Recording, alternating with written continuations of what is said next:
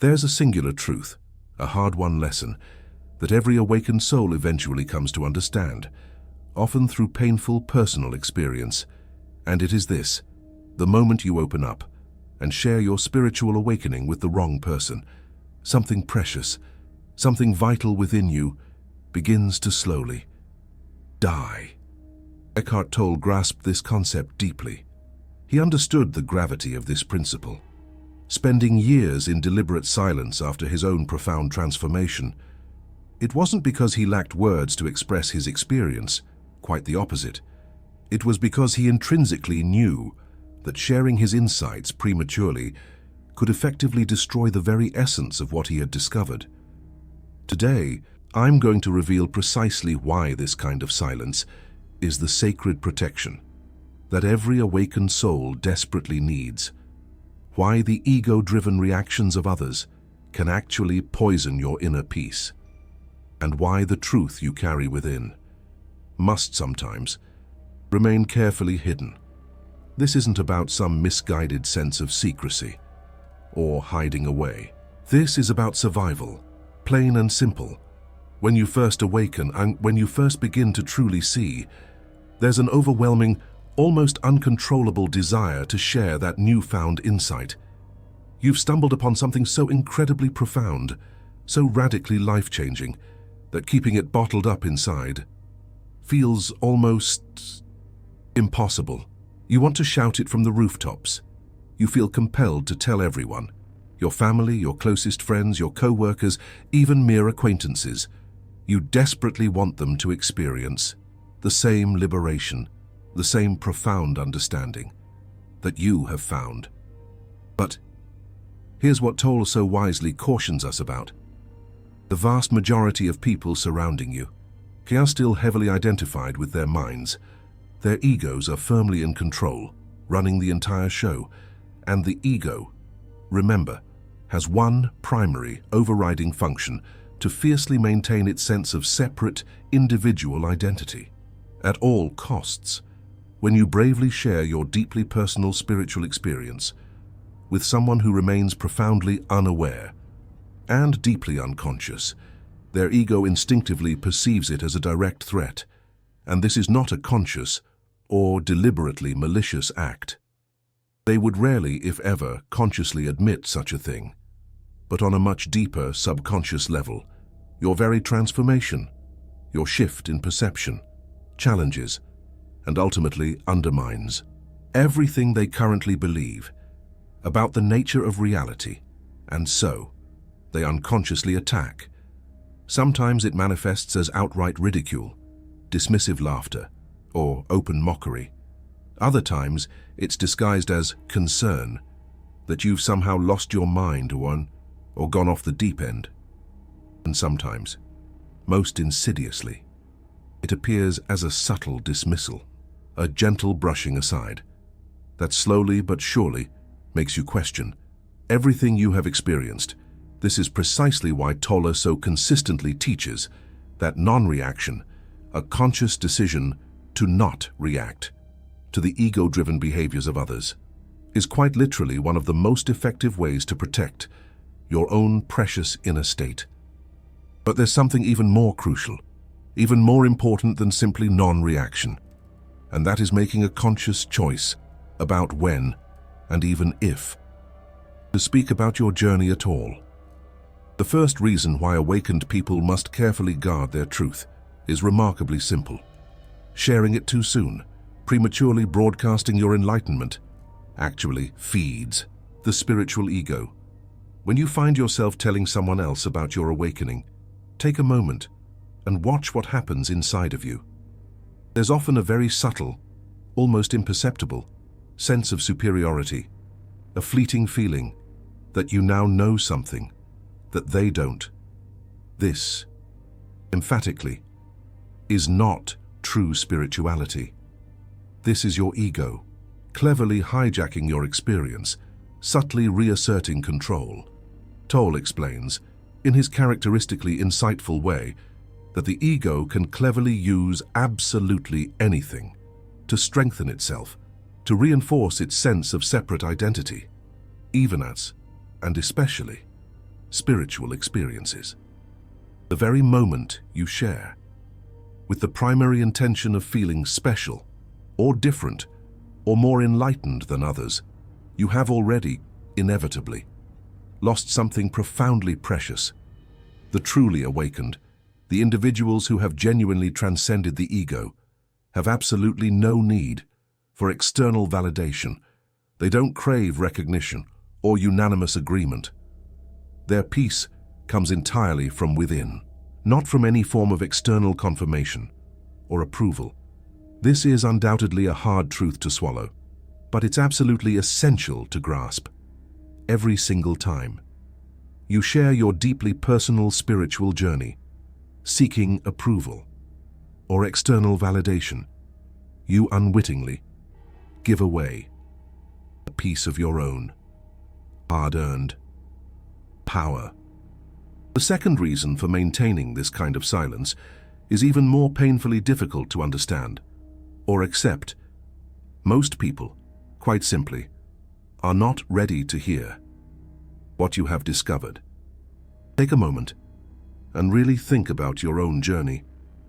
Before your awakening, before you woke up, could you have truly understood what you now know with such profound certainty if someone had boldly told you that your thoughts are not who you truly are? Would you have actually believed them? If they had stated that all suffering ultimately stems from an obsessive identification with the thinking mind, would you have even bothered to listen? Probably not. You would have likely just nodded politely, while secretly thinking they were a bit strange, a little out there. Or you might have even argued, from the defensive position of your ego, vehemently defending your current worldview, your ingrained beliefs. And this is exactly what happens when you freely share your insights with others. They simply cannot receive what you are so generously offering because they are still deeply asleep, still trapped within the confines of their own egoic minds, and your words, no matter how undeniably true, become nothing more than meaningless, irritating noise to them. Tolle once wisely said that you cannot truly have an argument with a fully conscious person. The reverse, Hunter, is equally true. You cannot have a truly meaningful spiritual conversation with someone who is completely unconscious or unaware. The energetic frequencies simply do not match. They are not on the same wavelength. Trying desperately to awaken someone who is simply not ready is akin to trying to explain the vibrant beauty of color to someone who has been blind since birth. Your words have absolutely no reference point within their existing framework of understanding. They simply fall into emptiness.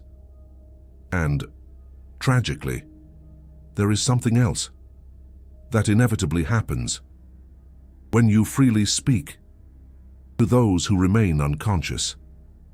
Your very words, unknowingly, become weapons to be used against you, not because the other person consciously intends to inflict harm, but simply because they will inevitably use what you have so generously shared to explain away future behaviors that they simply do not understand. You bravely tell someone that you have experienced a profound awakening. 3 months later, you assert a healthy boundary that they don't particularly like, and suddenly, your entire awakening becomes the problem. They accuse you of having changed. They bitterly claim that you now think you're better than everyone else, that this whole spiritual thing has somehow made you difficult. What was once considered sacred suddenly becomes ammunition. What was once a potential doorway to freedom is quickly transformed into a cage that others use to trap you, to keep you from changing, to reinforce their own limited worldview. This is precisely why Tolle so frequently emphasizes the immense importance of simply being presence, of embodying the change, rather than incessantly talking about presence. Your authentic silence speaks volumes, far louder than any elaborate explanation ever could. Your inner peace naturally radiates outward, influencing those around you, even without words. The tangible changes in your life powerfully demonstrate the truth far more convincingly than any verbal description ever could. There is a third reason, a heartbreaking truth, that many awakened people discover far too late in their journeys. Sharing your most profound experiences can actually damage the experience itself. When you carefully take something sacred and put it into words, something inevitably and subtly changes the core experience. The essence of what you felt intrinsically remains the same, but your relationship to it subtly shifts. You begin, almost unconsciously, to create a story around it, a carefully constructed narrative, an explanation that neatly fits into the existing mental framework of the person you are speaking to, and slowly, almost imperceptibly, without even fully realizing it, you begin to actually believe your own story. The raw, untamed experience becomes neatly conceptualized, meticulously packaged, made easily digestible. For others, this is a profound and often irreversible loss, because the initial awakening itself was fundamentally beyond words. It was a direct, unfiltered experience of pure presence, of simply being, of the sudden, profound quieting of the incessantly thinking mind. And now, you have unwittingly trapped it, confined it, within the limiting confines of mere language. Tolle himself very rarely speaks about his own awakening experience in specific detail. Have you ever noticed this? He subtly hints at it. He skillfully describes the before and the after, but the actual experience itself deliberately remains protected, sacred, unpolluted by excessive description. This is a deep and hard-won wisdom that took him years to fully embody. The most precious and transformative things, quite simply, cannot be fully spoken without inevitably diminishing them. There is also a harsh social reality that awakened people must inevitably face, and it is this simple yet brutal truth: the world, as it is currently designed, is fundamentally not designed for the awakened. Throughout the long span of recorded history, those who possessed the ability to see beyond the veil, those who dared to question the established norms, were often viciously persecuted, branded as crazy, unjustly locked away, even brutally burned at the stake. The collective unconsciousness instinctively does not welcome any perceived threats to its deeply ingrained dominance. Today, in our supposedly enlightened age, the persecution is undoubtedly more subtle. You will likely not be burned at the stake, at least not literally, but you may very well be marginalized, openly laughed at, dismissed professionally, even unjustly diagnosed with debilitating conditions that you simply do not have. Many awakened people, in their naive attempts to seek help, have bravely shared their deeply personal experiences with therapists or doctors, only to be shockingly told that they are experiencing a severe dissociation, depersonalization, or some other kind of terrifying break from reality. The current medical establishment is simply not adequately equipped to understand the complex nuances of spiritual transformation. It only knows how to pathologize and label what it doesn't understand. This is why silence is a genuine discernment ultimately becomes a powerful, essential form of protection, not from shame or embarrassment, but from a world that would all too eagerly mislabel, misunderstand, and ultimately diminish what you have painstakingly become. There's this thing researchers have really nailed down: When people share deeply personal experiences with folks who are skeptical, their own certainty about those experiences, it just diminishes the doubt of others. It becomes contagious. It seeps into your own mind. You know what you experienced. It was real, more real than anything before it.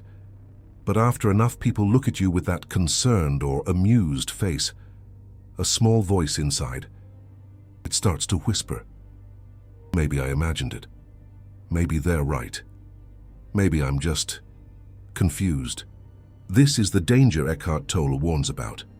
It's not that your spiritual awakening was false, but that the collective unconsciousness, it can wear down your certainty if you expose yourself to it too frequently.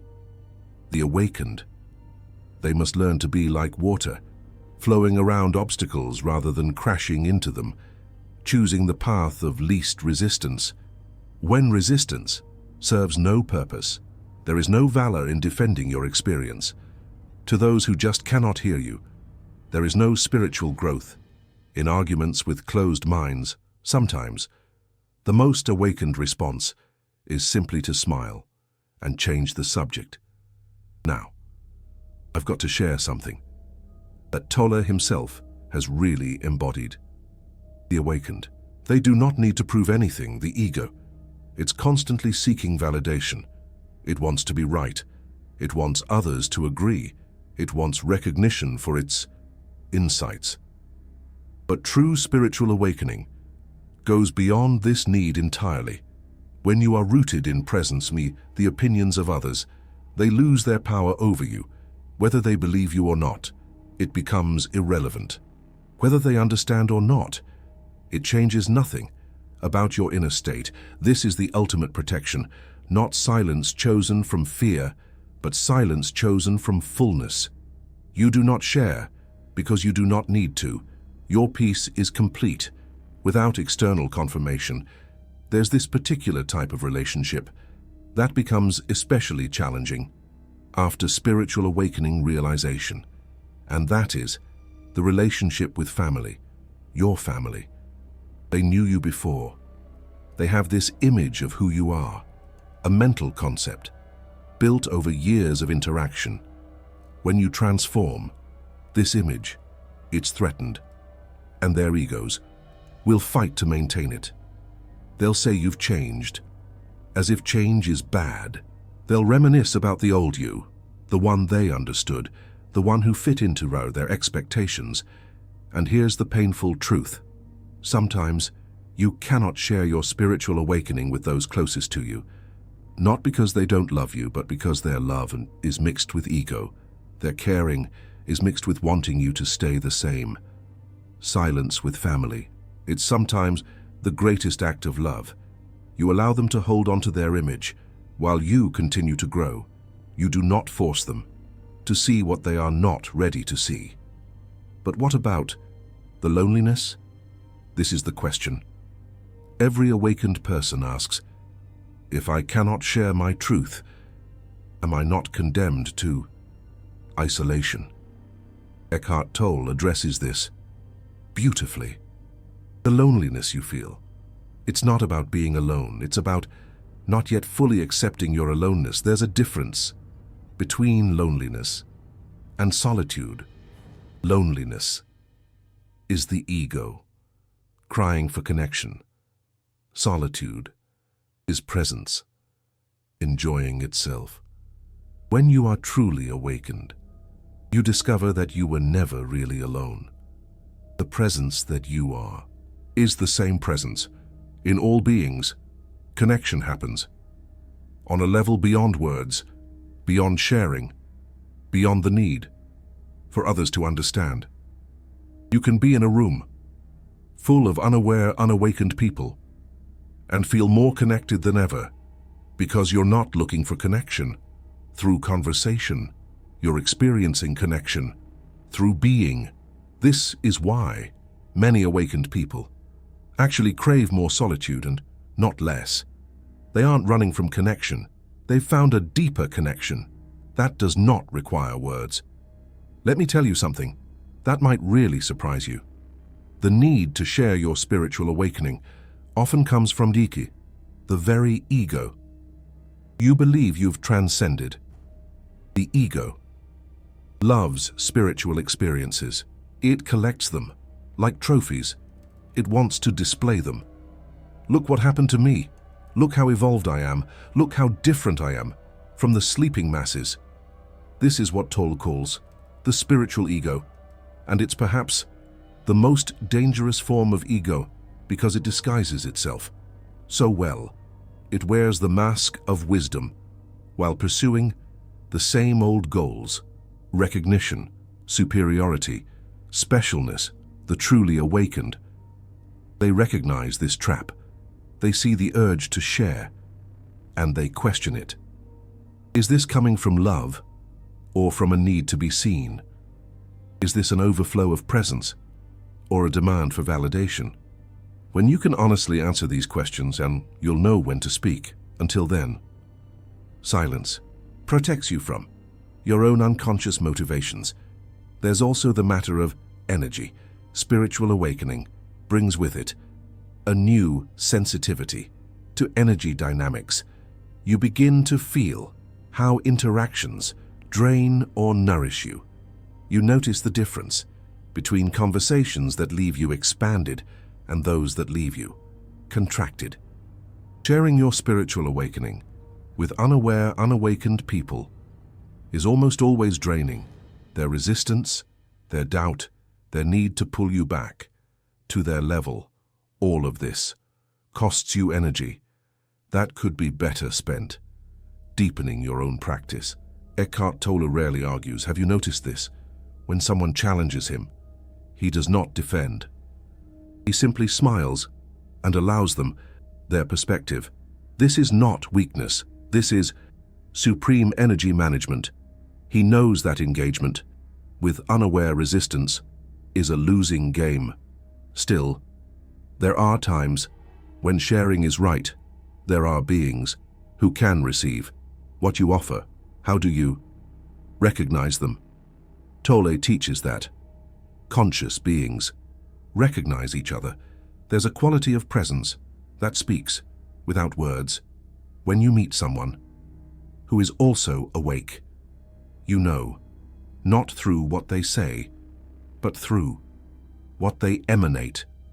With such beings, sharing is not dangerous. It's nourishment. It's mutual recognition. It's two expressions of the same consciousness celebrating their reunion. But these beings are rare, and until you develop the discernment to recognize them, silence remains the safer path. There's also the question of timing, even with those who can receive your truth. Timing matters. Eckhart Tolle waited years before teaching publicly. His book, The Power of Now, was written after a long period of integration. He allowed his spiritual awakening realization to deepen, to stabilize, to become unshakable before exposing it to the world. This waiting was not weakness. It was wisdom. A new awakening is fragile. It needs time to root itself deeply in your being before it can withstand the storms of external reaction. If you've recently awakened, consider that a silence may be exactly what you need, not forever, but for now. Let your transformation complete itself before inviting the world to respond to it. The ego will tell you to share immediately. It wants the recognition now. It wants to be known as awakened now. But this urgency is itself a sign that more integration is needed. True readiness feels different. It is quiet, patient. It does not need to prove itself. When you are ready to share, you will know, and the sharing will come from overflow, not from seeking. Consider how nature works. A seed does not announce its germination. It grows in the dark soil, unseen, unvalidated. Only when it has established deep roots.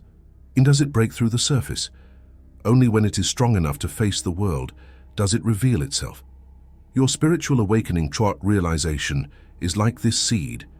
It needs time in the darkness, time to establish roots in your being, time to become strong enough to withstand the storms of external reaction. Eckhart Tolle spent years in obscurity after his transformation. He sat on park benches. He watched people. He allowed his spiritual awakening realization to deepen, without any external pressure to explain or justify it. This incubation period was essential. Had he immediately begun teaching, his message might have been corrupted by the need for acceptance. His words might have been shaped by what people wanted to hear, rather than what they needed to hear. But because he waited, because he allowed his truth to mature in silence, discernment, when he finally did speak, his words carried an unshakable authority. They came from somewhere beyond the personal, from presence itself. You are in your own incubation period. Whether it has been weeks or years, this time of silence discernment is sacred. Do not rush it. Do not let the ego's impatience push you into premature expression.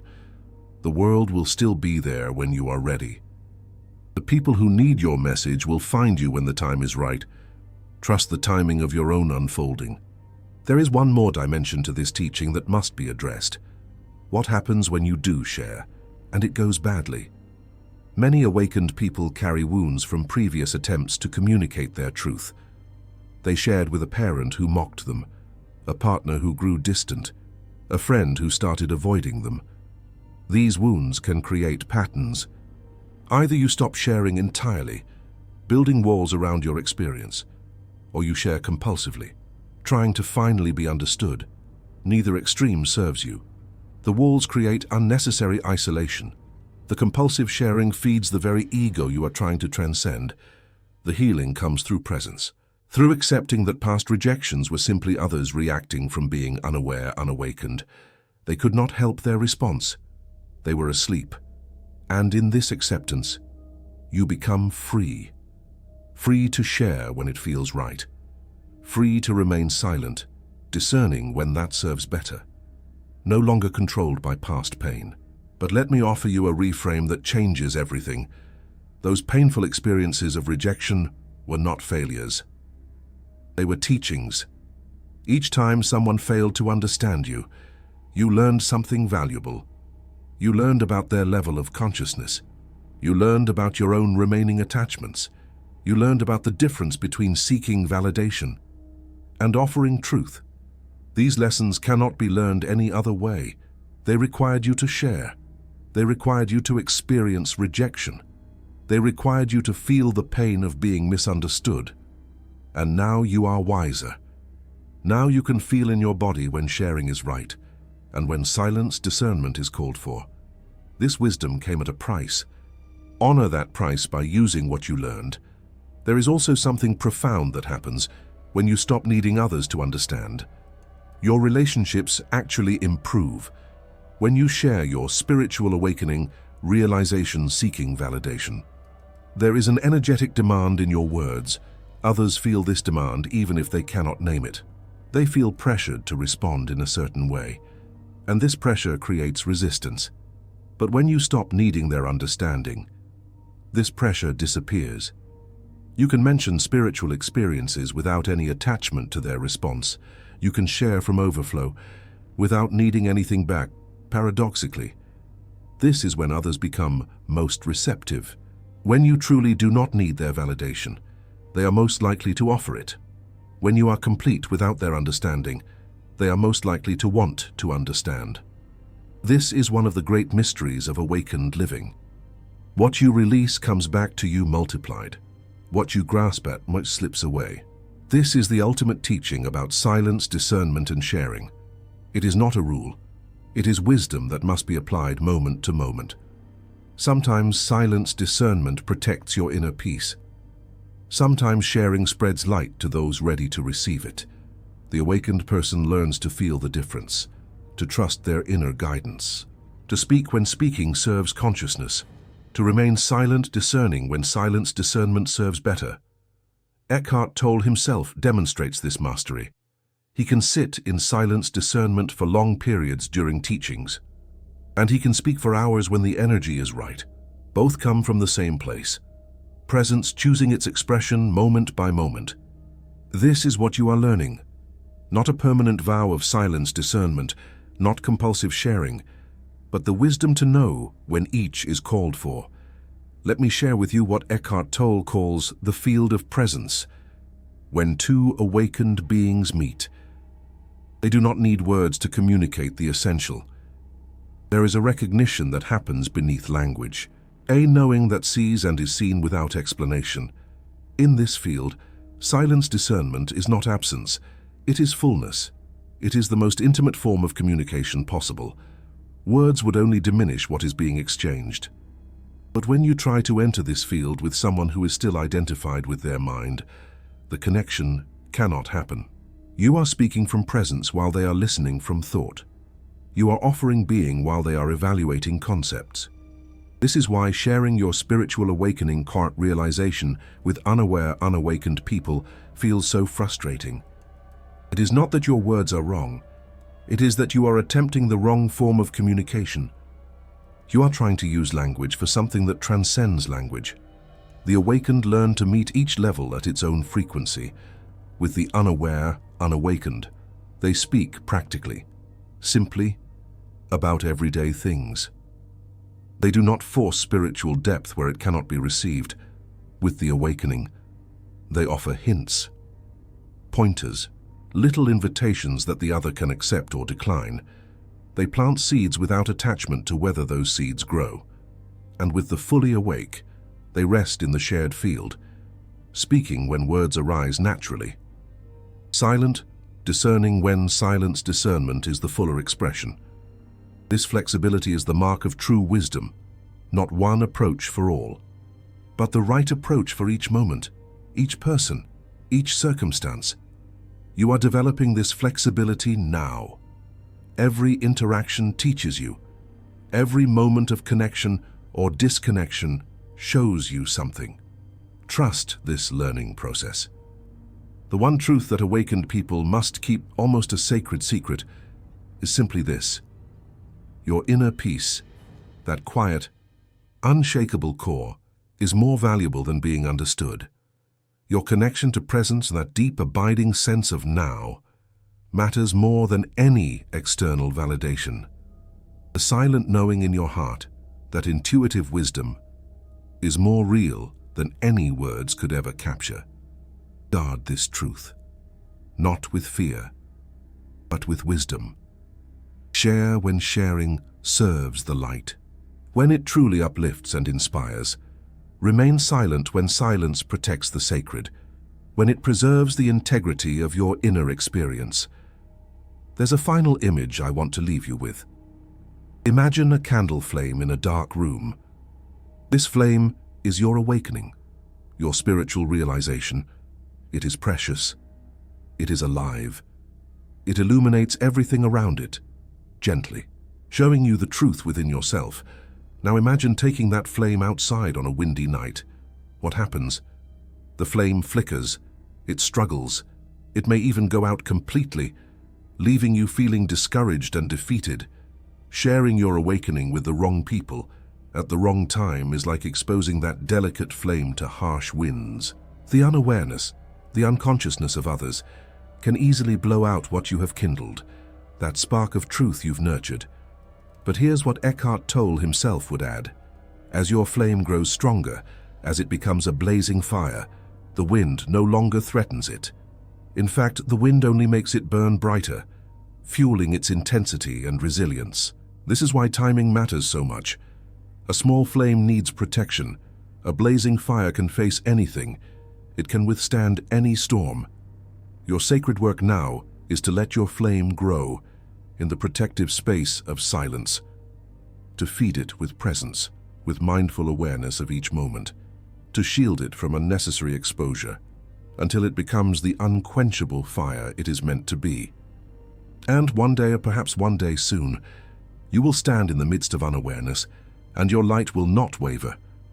You will share your truth without needing a particular response. You will offer your presence, without fear of rejection, because your value is intrinsic. On that day, you will have mastered what Tolle teaches. You will have learned that the one truth worth keeping hidden was never meant to stay hidden forever. It was only waiting for the moment when keeping it hidden was no longer necessary, when your strength could withstand any opposition. Until then, honor the silence, trust the process completely. Let your awakening deepen in the sacred dark, where the greatest growth occurs. This is the way of the awakened. This is the profound teaching that Tolle has lived for decades, guiding millions toward inner peace. And now, it becomes yours to fully embody, to live and breathe with every fiber of your being.